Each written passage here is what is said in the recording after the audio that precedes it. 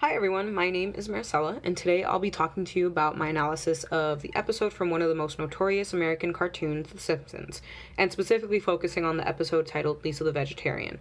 I titled my analysis Lisa the Vegetarian, Vegetarianism's Role in Navigating Human Nature Relationships. Now, the reason I chose this episode was because of how it specifically reflects the role that vegetarianism plays and the way we interact with our food impacts our own relationship with the natural world around us, including the animal kingdom.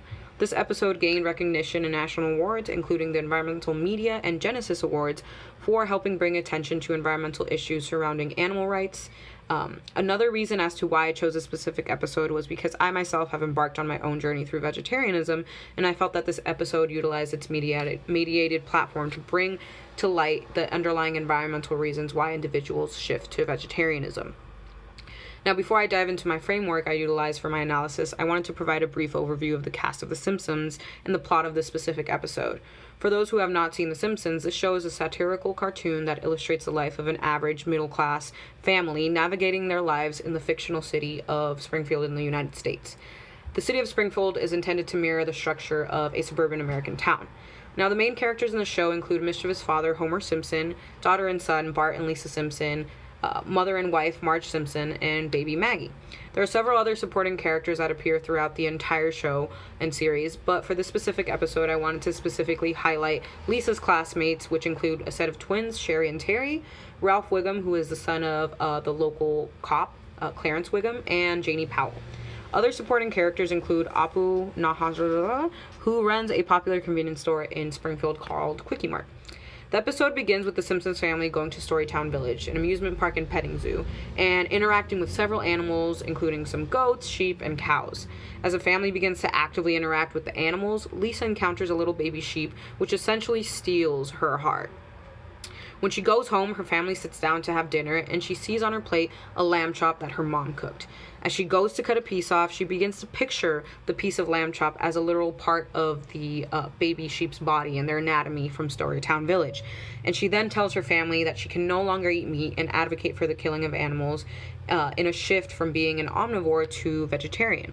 Lisa's choice to go vegetarian then begins to trickle down into different aspects of her life, including with her family who predominantly eats meat on a daily basis, her classmates, her school administrators, her neighbors, and even Apu.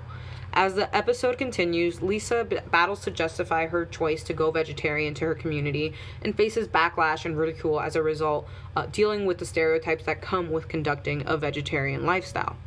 Now, this brings me to the framework I utilized for this analysis. The two central concepts I utilized were Schwartz's environmental melodrama and Milstein's dialectical poles. I specifically focused on Schwartz to help describe the frame of comedy within the context of the method I utilized, which was rhetorical criticism. I specifically utilized Schwartz's discussion of the way that environmental melodrama within the method of rhetorical criticism has the potential to mediate the way individuals develop their own perceptions of public controversies and environmental discourse surrounding current events. The other concepts I utilized as a basis for my analysis for this episode was Milstein's dialectical poles, which include mastery, harmony, other connection, and exploitation idealism.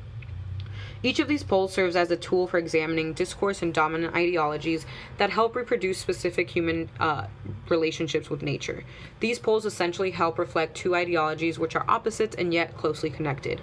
For the sake of time, I will be focusing on providing one specific example of othering and connection from a scene in the episode.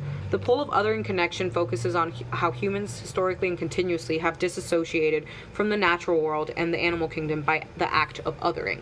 What this means is that humans oftentimes place themselves in a different position, oftentimes a position of superiority, causing them to not be able to empathize or connect with the natural world, which helps reflect the opposite end of the pole, focused on connection. The scene I decided to focus on was near the middle of the episode where Lisa, after deciding to go vegetarian, struggles to find a vegetarian option at her school's cafeteria. She communicates this to the lunch lady and mentions how every school has a required duty to provide different dietary options for students.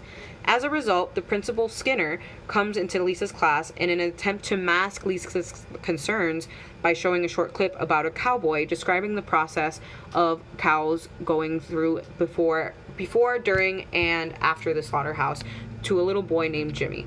This entire clip in itself provides an example of othering connection because it essentially serves as a way to reinforce the notion that humans are the other species and that the rest of the animal kingdom has a duty to be available for slaughtering in order to meet the dietary needs of humans and meat eaters. A visual example of this is at the beginning of the clip when the cowboy says, "Welcome to cattle country," as he literally stomps on a herd of cows waiting to be slaughtered.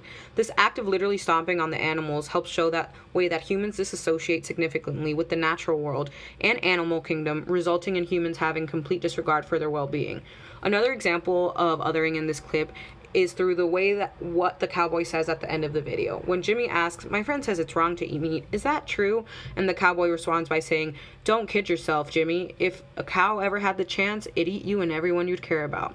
This rhetoric utilized by the cowboy here helps emphasize this sense of othering by framing cows as savages that cannot control themselves and are only focused on killing and feeding on prey, including animals. It helps enforce the sense of disassociating by placing a false negative perspective on cows in efforts to minimize any empathy toward cows during the slaughtering process. The act of othering helps humans disassociate to make killing and exploiting animals in the natural world happen with ease and without remorse. Now, this brings me to my conclusion. The significance behind my analysis of Lisa the Vegetarian is shown through the crucial role that television plays in enforcing specific ideologies, especially surrounding humans' relationship with nature. It is incredibly important for rhetoricians to critically analyze the way that specific shows, like The Simpsons, are enforcing and challenging these ideologies, and how this is creating a shift in the ways humans perceive their relationship with the natural world and the animal kingdom. Additionally, my analysis of this episode helps shed light on the way that Milstein's dialectical poles can serve as a tool to further dissect the different power structures that continuously enforce ideologies surrounding mastery, othering, and exploitation. With the rise of veganism and vegetarianism, it is important to analyze the way media continues to shift and frame pressing environmental issues through these contexts and the potential impact it can have on the ways humans continue to navigate their relationship with the natural world.